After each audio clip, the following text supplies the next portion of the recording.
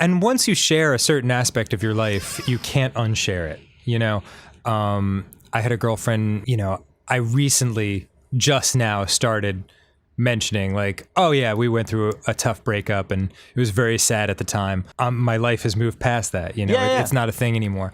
But I can only imagine if I had mentioned it at that time, it would have been the worst thing possible. Because even though so many people would have had the best of intentions to be like, dude, I'm sorry, I know what you're going through. Let me help you by sharing my story and everything like that.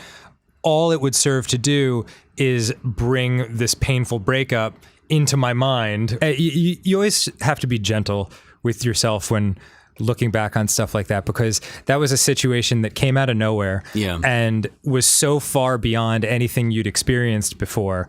You know, there's no blueprint with how to deal with that. That's why I don't regret. There have been relationships that I've been in that ended horribly, and I don't regret them because it taught me I'm looking out for those red flags next time. Yeah. Like, now exactly. I know. Yeah. Yeah. And I think a big part of it is there's also no blueprint as far as how to live in the public eye. It's called the Constitution. That's right. That's right, Matt. And I remember early on, before I joined Game Grumps, but when Ninja Sex Party was a thing, so I was on the internet and stuff. I dated a girl for a little while, and I hurt her feelings accidentally.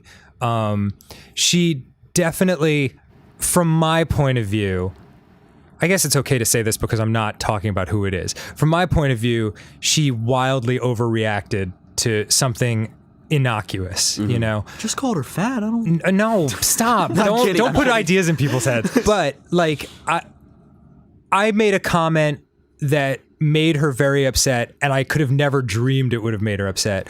And she responded in a way that was like way over the top and really nasty.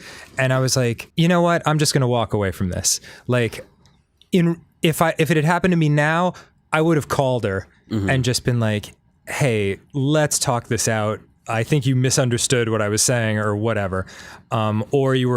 Or you'd gone through another bad experience and you were projecting that experience onto me or something. Who knows? But I know that what am I trying to say? What I did do was try to text her back, because this was all happening via text. Yeah. And classic. yeah, and she was just like spitting poison at me. And I was just like, fuck it, I'm walking away.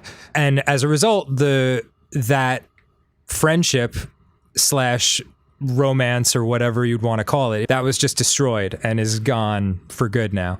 And I remember people telling me online, you know, you're so great. You make me so happy. You're such a wonderful person. And I didn't feel like a wonderful person. Like, I felt like a fraud, because I was like, my thought process at the time was, how could I be a wonderful person if I hurt this person's feelings, you know?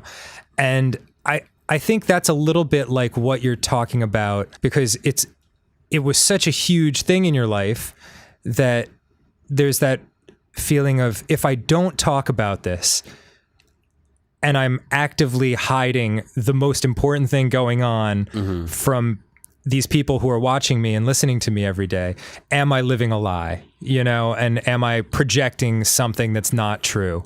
Or at least that's how I've felt at certain moments. Yeah. But it's not fair to yourself to think like that, you know? Well, I think like you just can't, at that point, it's like, it's hard to compete with your facade, right? Right. Because that's all your positives, like the funnies. Yeah, and yeah. And the Sure.